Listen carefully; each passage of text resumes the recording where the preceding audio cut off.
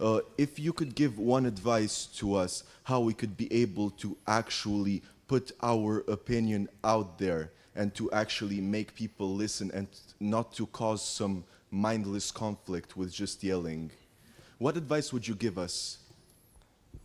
Learn to write. I'm dead serious. Like, I'm dead serious about that. Because writing is formalized thinking. And so the way you write is, first of all, you need a problem. Because why write if you don't have a problem? So this is good advice if you're just writing an essay, by the way, for your classes. Is like, pick a bloody problem that you want to write about, because otherwise it's false right from the start. It's up to you to engage with the material until you find something that grips you, that you desire to investigate. Okay, so you need a problem. Well, the next thing you need to do is, well, you need to have something to say about the problem. Well, so reading. Reading is really good for that.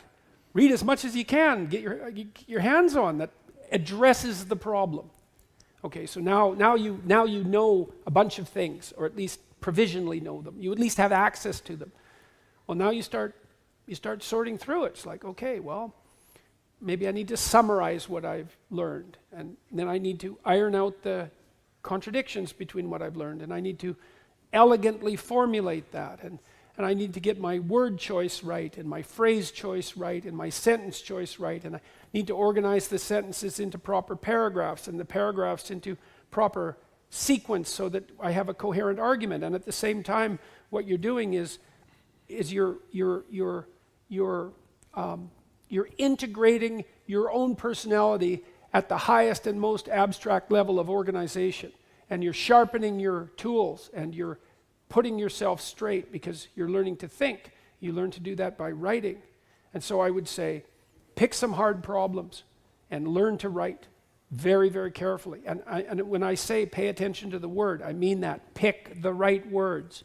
Organize them into the right phrases. Get your sentences straight.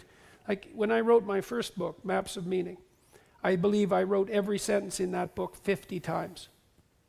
50 variants of every sentence. I'd read it once, I'd read it again, I'd read it again, I'd read it again, and I'd have a little competition. Which sentence is better? Which sentence is better? I'd pick that sentence. Do the same with the paragraphs. Over many, many years, you hone your words. They're the most powerful thing about you, bar none. If you are an effective writer and speaker and communicator, you have all the authority and competence that there is. And so you're at university. Maybe you're taking a humanities degree. Well, what's the humanities degree for? It's to teach you how to think. You learn to think by writing. Now there's more to read, to speak, and all of that, but the best thing you can do is read and write every day, a couple of hours every day. Write about things you find important, and see if you can discover what you believe to be true. And that'll build you a foundation, and it's unbelievably practical.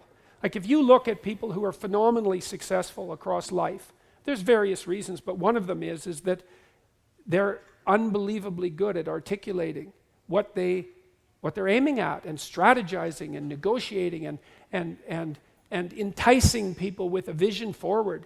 It's like, get your words together, man. That makes you unstoppable. And that's the core of the humanities, that idea. Get your words together.